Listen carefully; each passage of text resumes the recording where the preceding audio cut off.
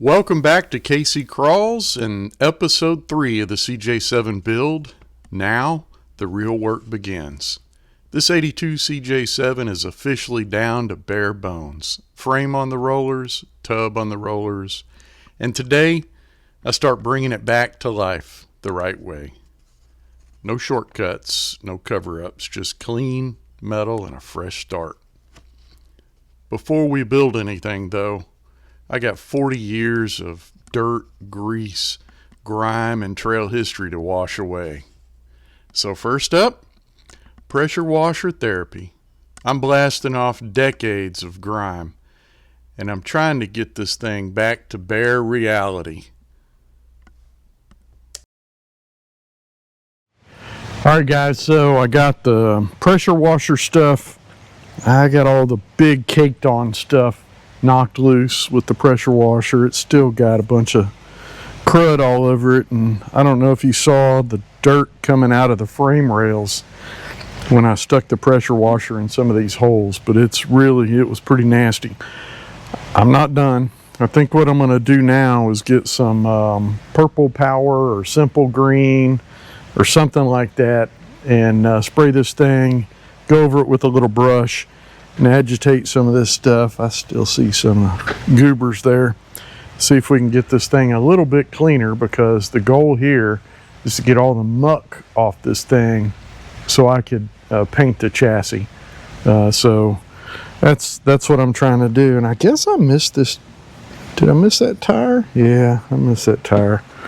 So a little bit more work to do. I'm gonna go get some kind of detergent though and get after it.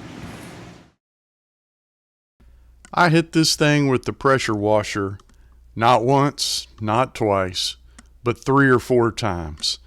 I also hit it with some simple green. Little detergent, a little scrubbing, lots of elbow grease. Once it's clean, I gotta roll this joker back in the shop because I got parts showing up.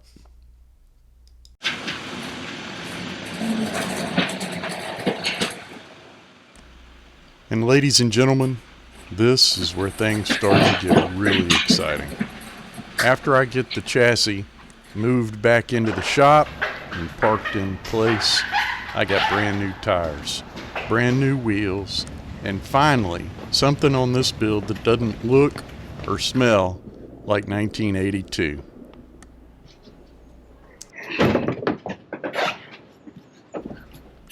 Once I get these tires back, mounted on the new wheels, man, that's motivation right there. Nothing lights a fire under a build like fresh rubber and brand new wheels. There we go.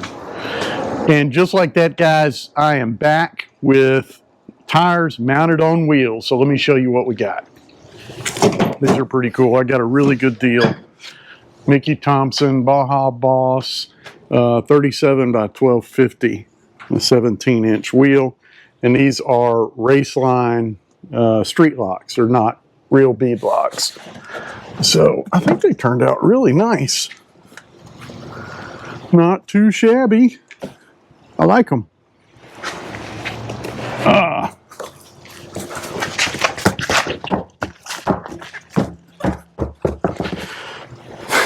All right. Now I got to unload these tires and wheels again. Here we go. Hey guys, back in the shop. And guess what I'm doing today? Yep, more wire wheeling.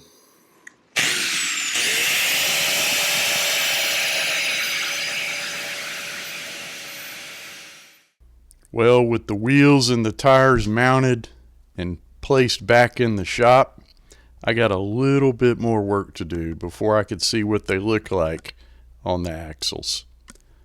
I've spent hours, and I mean hours, with the wire wheel stripping this frame down. Old paint, surfaced rust, everything that was stuck to this frame, taking it as close to bare metal as I can get it. This isn't the flashy part of the build, but this is the part that makes it last, and I think it's going to pay big dividends. All right, guys, we're back in the shop, And today my goal is to get back on the CJ frame. I finally finished the wire wheeling of this thing. I've got hours and hours with the wire wheel. And today what my goal is to use the Eastwood internal frame coating, which is basically a rust encapsulator, and it goes inside the frame rails. It's got a long straw that emits a fan kind of spray. So it coats the inside of the frame rail, turns that rust into like a primer sort of material, and it ensures the rust doesn't spread. So I've cleaned out the inside of the frame rails. It had a ton of stuff, just rust bits and pieces, and dirt and grime. But I got that out, and we are ready to go with the internal frame coating. So we're going to see how this stuff works out. All right, guys, I've been shaking this stuff for a while. We're going to try the Eastwood internal frame coating. It's a black finish, and like I said before, it's got this long straw. So we're just going to work it in the holes of the frame. But before we do that, let me get some PPE on. I hear this stuff's kind of nasty.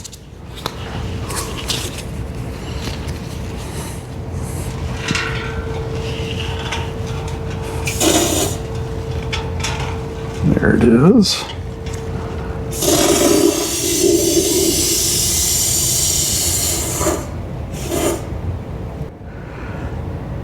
Let me spray the rest of this frame rail, and I'll report back and let you know how it turned out.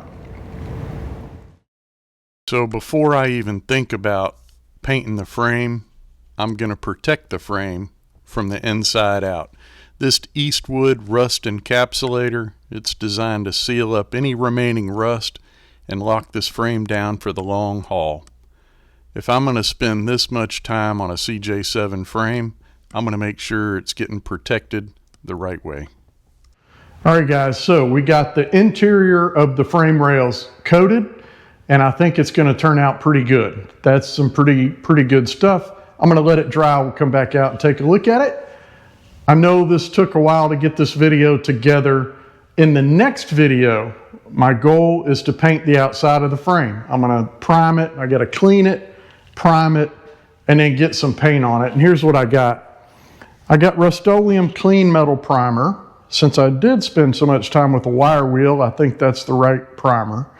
And I bought this tractor implement paint from Tractor Supply, and you could see it's gloss black.